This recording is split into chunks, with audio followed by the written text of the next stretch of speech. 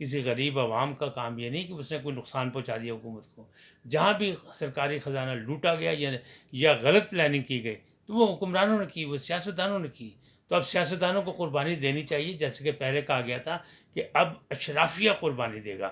تو حکومت کو ایسی پلاننگ، ایسی سہولیات، ایسی ریلیف دینا چاہیے کہ پتہ لگے کون سا طبقہ جو ہے وہ ملک و ملت کے لیے سامنے آ رہا ہے قدم بڑھا کے، تاکہ لوگوں کا اعتماد بحال ہو، حوصلہ بحال ہو، اور مستقبل میں خوشحالی اور ترقی کی راہیں نظر آئیں. جب تک کچھ نظر نہیں آئے گا، جب تک تو یہ مایوسی پھیلی رہے گی. پی ڈی ایم جس کے بارے میں یہ کہا جا رہا ہے کہ انہوں نے پلیٹ میں رکھ کے اقتدار جو ہے ان کو دیا گیا، ان میں بھی آپس میں اختلافات اب نظر آ رہے ہیں. لطیف کھوسہ جو کہ گورنر پنجاب تھے اور پاکستان پیپلز پارٹی کے سرکردہ لیڈر بھی ہیں، انہوں نے یہ کہا ہے کہ پاکستان اپنا ایٹمی جو پروگرام ہے جس میں ایٹم بم بھی ہے وہ بھی بیچنے جا رہا ہے. دوسری طرف نون لیگ کے سرکردہ لیڈر آصف کرمانی وہ بھی اب نواز شریف کی پارٹی کے خلاف بول رہے ہیں. ان کا یہ کہنا ہے کہ جب 145 روپے پہ پیٹرول تھا تو وہ عمران خان کی تنقید کرتے تھے، ان کا تنقید کرتے تھے. اب 234 روپے ہو چکا ہے تو وہ کس منہ سے اب موجودہ حکومت کی جس کو کہتے ہیں نا مدح سرائی کریں؟ تو کیا ان کے اختلافات جو ہیں سیاسی پارٹیوں کے، حکمران پارٹیوں کے، کیا آنے والے دنوں میں وہ مزید بڑھ سکتے ہیں؟ دیکھیں خالد صاحب، ماضی میں اگر آپ دیکھیں تو آپ کو یہ نظر آتا تھا کہ قائد مسلم لیگ جو ہے نون کے نواز شریف صاحب اور شہباز شریف صاحب دو مختلف راستوں پہ چلتے نظر آتے تھے. لیکن ہم جیسے جو جرنلسٹ تھے وہ یہ کہتے تھے کہ یہ اندر سے ایک ہی ہیں اور یہ پری پلان کر رہے ہیں. اس وقت بھی یہ ہے کہ چونکہ اگلا سال الیکشن کا ہے، لہٰذا یہ پلاننگ کے ساتھ سب کچھ کھیلا جا رہا ہے. آصف کرمانی ہمارے دوست ہیں، لیکن جس لیول پہ وہ بات کر رہے ہیں یہ ان کی بنتی نہیں، ان کی حیثیت سے بڑی بات ہے. ان کا کام نہیں ہے یہ کرنا، اس لیے ہے کہ وہ کوئی بہت بڑے کوئی مسلم لیگی کارکن پرانے نہیں ہیں کہ مسلم لیگی مت والے ہیں، بڑی قربانیاں دی ہیں، بڑی قید و بند کاٹی ہے. یا نواز شریف، ہاں نواز شریف کے قریبی ساتھیوں میں سے ضرور ہیں، انہیں سینیٹر بنایا گیا، تو اتنا بڑا بیان دینا جو ٹھیک نہیں. دوسری جانب آپ نے لطیف کھوسہ کی بات کی. لطیف کھوسہ صاحب نے بڑے ڈرتے بڑی نفی تولی بات کی، لیکن یہ ایک غلط شاٹ کھیل گئے کہ انہوں نے کہا یہ حالات اتنے خراب ہیں کہ پاکستان ایٹم بم بھی بیچ سکتا ہے. حالانکہ ایسی کوئی بات نہیں ہے. ایٹم بم بیچنا یا ایٹمی چیزیں جو ہیں وہ خریدنا، یہ دونوں جو ہے کوئی اتنا آسان کام نہیں ہے دنیا میں کہ آپ ایٹم بم بیچنے لگ جائیں کہ دکان بنا لی. حالانکہ ہمارے ہمسائے میں یورینیم بکتا رہا گلیوں میں تو کسی نے کچھ نہیں کہا، لیکن اگر ہم ایٹم بم بیچیں گے یا ایٹمی اثاثے بیچیں گے نا تو دنیا میں کھلبلی مچ جائے گی، اس لیے کہ ہم مسلمان ہیں.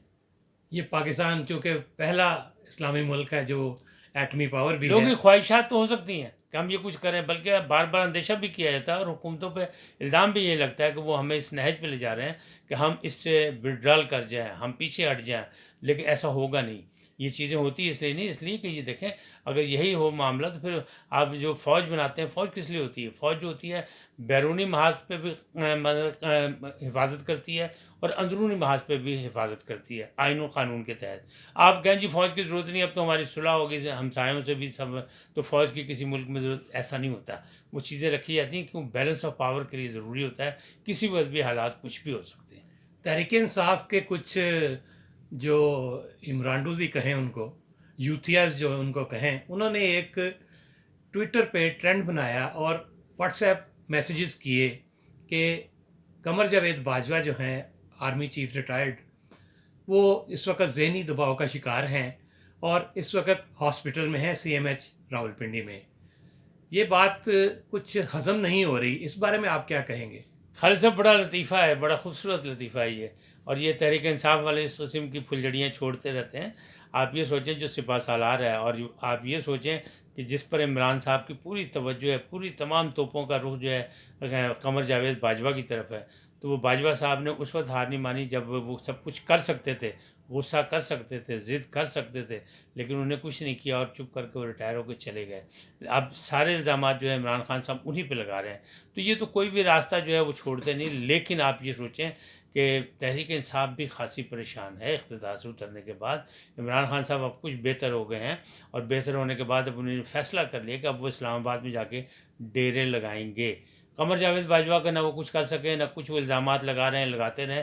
قمر جاوید باجوہ اپنی غلطیوں کا کہہ بھی چکے ہیں بس انہوں نے غلطی اور کی کہ انہیں قوم سے معافی نہیں مانگی. انہیں قوم سے معافی مانگ لینی چاہیے تھی کہ اگر وہ غلطی کا احساس ہو ہی گیا تو اس کو معافی مانگ لینی چاہتی تاکہ ان کی دنیا میں بھی مطلب عزت رہ جاتی اور آخرت میں بھی.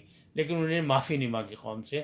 اگر انہیں احساس ہی ہو گیا کہ انہوں نے غلطی کی اور بہت بڑی غلطی کی تو انہیں معافی مانگ لینی چاہیے تھی, لیکن نہیں کیا. اسی طرح عمران خان صاحب جو ہیں وہ کہتے ہیں میری ذاتی لڑائی ہے. اب اگر ذاتی لڑائی اگر اس طرح کرنی ہے سپہ سالار سے, کوئی بھی ہو, ایکس وائی زی کوئی بھی ہو, وہ ایکس وائی زی کو بھی گالیاں دیتے رہیں, وہ ایکس وائی زیڈ کو بھی گالیاں دیتے, سارا کچھ کرتے رہیں, کبھی کوئی نام لیتے رہیں, کبھی کوئی نام لیتے رہیں, مختلف نام رکھتے رہیں, میر جعفر, میر صادق کہتے رہیں. لیکن افسوسناک یہ ہے کہ یہ باتیں نہیں ہونی چاہیے. قومی مفاد میں یہ باتیں نہیں ہیں. اس قسم کی چیزیں چلتی رہیں گی, پھلڑیاں چلتی رہیں گی. باجوہ صاحب کا وہ کہتے ہیں 751 ہے جی عمران خان صاحب نے, لہٰذا تحریک انصاف کے جو لوگ ہیں وہ بھی یہی کریں گے. نہ میں ان کو وہ کہوں گا جو آپ کہہ رہے تھے, جس نام سے آپ پکار رہے تھے, نہ ہی میں پکارتا ہوں, اس لیے کہ کارکن کارکن ہوتے ہیں, جالا جالا ہوتا ہے, متوالا متوالا ہوتا ہے. سب پارٹیوں کے اپنے کارکن ہیں اور سب کو اپنی رائے رکھنے کا حق ہے. 2022 آڈیو ویڈیو لیکس کا سال رہا. سب سے زیادہ تحریک انصاف کے سربراہ عمران خان اور ان کی فیملی کی آڈیو جو ہے وہ آئی ہیں. کیا یہ اچھا ٹرینڈ ہے؟ دیکھیں ٹرینڈ تو اچھا نہیں ہے, برا ٹرینڈ ہے, لیکن یہ کاروبار چل نکلا ہے تو ابھی چلے گا. یہ نہ سوچیں کہ آپ دسمبر کی 31 ختم ہوگی تو جنوری میں یہ نہیں ہوگا, اگلے سال بھی یہ بڑے عروج پہ جائے گا. عمران خان صاحب جس دن اقتدار سے اترے تو ان کو احساس تھا, کیونکہ ان کو یقیناً کچھ نہ کچھ پتہ ہوگا. ایک دفعہ تو انہوں نے کہا تھا کہ اگر میری آڈیو ریکارڈ ہوتی ہیں تو کوئی بات نہیں, وہ میری حفاظت کے لیے, مجھے محفوظ بنانے کے لیے, وزیر اعظم ہاؤس میں ریکارڈنگ کوئی پوری بات نہیں. لیکن اب انہیں احساس ہو رہا ہے کہ ریکارڈنگ کا اگر اجازت دی تو کیا کیا ریکارڈ ہو گیا اور کیا کیا چیزیں سامنے آ رہی ہیں, تو اس کا انہیں احساس ہے. اب وہ کہہ رہے ہیں کہ نہیں, لوگوں کے جو عیب ہیں وہ چھپانے چاہیے. اسلام کہتا ہے کہ پوشیدہ رکھنا چاہیے اس پہ, یعنی مٹی پاؤ مٹی پاؤ. تو مٹی پاؤ فارمولہ تو شجاعت صاحب کے پاس ہے, ان کے پاس نہیں ہے. نہ عمران صاحب کسی چیز پہ مٹی ڈالیں گے, نہ عمران صاحب جن کے خلاف بول رہے ہیں وہ مٹی ڈالیں گے. لہٰذا یہ سلسلہ آپ کو 2023 میں بھی نظر آئے گا. آخری سوال, 2023 میں انتخابات بہت امید ہے کہ ہو جائیں گے, لیکن یہ بھی خبریں آ رہی ہیں کہ ان کو کچھ ملتوی کیا جا سکتا ہے 1 سال کے لیے. اب ٹیکنوکریٹس کی حکومت کی باتیں چل رہی ہیں. آپ کا کیا خیال ہے کہ 2023 واقعی الیکشن کا سال ہے؟ خالد صاحب, آئین اور قانون کے مطابق تو 2023 جو ہے الیکشن کا سال ہے, اور موجودہ حکومت بھی یہ کہتی رہی مقررہ وقت پہ الیکشن ہوں گے. لیکن سرکم چانسز جو ہیں وہ آئین میں اجازت دیتے ہیں کہ آپ اس میں توسیع کر سکتے ہیں, بڑھا سکتے ہیں. اور مولانا فضل الرحمان نے تو بآواز بلند یہ نعرہ لگایا تھا کہ ہم لوگوں کی توسیع کرتے ہیں, پارلیمنٹ لوگوں کی توسیع کرتی ہے, تو ہماری کیوں نہیں توسیع ہو سکتی. لیکن آپ دوسری جانب یہ دیکھیں کہ الیکشن کی تیاریاں شروع ہو گئی. جو عمران خان صاحب نے یہ کہا نا کہ تمام لوگ جو ہیں تحریک انصاف کے وہ پارلیمنٹ لاجز چھوڑ دیں, وزراء کی جو کوٹھیاں الاٹ تھیں وہ چھوڑ دیں, ورنہ اتنے سال اتنے دن اتنے مہینے انہوں نے انجوائے کیا اقتدار چھوڑنے کے بعد, حالانکہ انہیں پہلے دن چھوڑ دینی چاہیے تھی. اب وہ جو کہہ رہے ہیں کہ یہ بھی پتہ کریں, ڈیوٹی لگا دی انہوں نے کہ جناب ان لوگوں کا بھی پتہ کریں جن لوگوں نے اسپیکر صاحب سے رابطہ کیا تھا. تو وہ معاملات تو ہیں کہ کچھ نہ کچھ وہ اپنے آپ کو سیدھا کر رہے ہیں. ابھی توڑ پھوڑ ہوگی تمام سیاسی پارٹیوں میں, جیسا کہ آپ کو شاید علم ہوگا, بلکہ دنیا کو تو علم ہے اور آپ کو بھی ہوگا, آپ جرنلسٹ ہیں. تو ایم کیو ایم جو ہے وہ بھی اکٹھی ہو رہی ہے. کیوں اکٹھی ہو رہی ہے؟ وہ اس لیے ہو رہی ہے کہ مہاجر ووٹ جو تقسیم ہو گیا ہے, اور پی ٹی آئی کا جو تھا وہاں پہ نوجوانوں کا ووٹ وہ زیادہ نظر آنے لگ گیا. تو انہیں لگ رہا ہے کہ اگلا الیکشن, تو اگلے الیکشن کی تیاریاں تو شروع ہو گئیں. وہ 23 میں ہو, 23 کے اینڈ میں ہو, اکتوبر نومبر میں ہو, یا وہ جا کے پھر 24 تک لے جائیں کھینچ کے, تو سرکم چانسز میں ہوتے ہیں. دوسری جانب جو آپ نے کہا ٹیکنوکریٹ کی حکومت, یہ شوشہ جو ہے چھوڑا گیا ہے. عمران خان بھی کہہ رہے ہیں یہ شوشہ چھوڑا گیا, ہم تسلیم نہیں کریں گے. لیکن کہتے ہیں نا ہمسایوں سے یا دنیا سے یا ایشیا سے آپ کے خطے میں جو چینجز آتی ہے اس سے آپ لوگ سبق سیکھتے ہیں. ہم نے نہیں سیکھا. اگر آپ دیکھیں تو بنگلہ دیش میں بھی مارشل لا لگے تھے, ہمارے یہاں بھی مارشل لا لگے, ہم نے ابھی تک کوئی سبق نہیں سیکھا. بنگلہ دیش میں ایک حکومت آئی تھی ٹیکنوکریٹ کے نام پہ, جس میں عدلیہ جو تھی وہ حاوی تھی, اور اس کے بعد پھر وہاں جمہوریت بحال ہوئی, اور ایسی ہوئی کہ اب لوگ اس کی مثال دیتے ہیں. لہٰذا اس طرح کی سوچ یہاں موجود ہے. اب ہونی چاہیے, نہیں ہونی چاہیے. اگر یہ سارے منتخب اراکین پارلیمنٹ میں جا کے کوئی فیصلہ کر لیں تو اس کو زیادہ پذیرائی ملے گی. پارلیمنٹ سے جب تک یہ لوگ دور بھاگتے رہیں گے، چاہے وہ مسلم لیگ نون کے ہوں، پاکستان پیپلز پارٹی کے ہوں، چاہے دوسرے یہ تحریک انصاف والے ہوں. اب دیکھیں تحریک انصاف والے جب اقتدار میں تھے وہ پارلیمنٹ اچھی تھی، جب اقتدار سے باہر نکلے وہ چور ڈاکو ہو گئے، جب پہلے اقتدار میں نہیں تھے جب بھی وہ چور ڈاکو تھے، ان کے ساتھ بیٹھنا نہیں چاہتے تھے. تو پارلیمانی نظام میں پارلیمنٹ بہت اہم ہے، اس میں پورا اپنا کردار ادا کرنا چاہیے. پاکستان پیپلز پارٹی واحد جماعت ہے جو کہتی نہیں، موج ہے دریا میں بیرون دریا نہیں، جو نظام چل رہا ہے اس نظام کے اندر رہنا چاہیے، باہر نہیں نکلنا چاہیے. اسی طرح تحریک انصاف کو بھی اب سبق سیکھنا چاہیے. سبق سیکھے یا نہ سیکھے تحریک انصاف، 2022 عدم استحکام کا سال رہا اور 2023 انتخابات کا سال.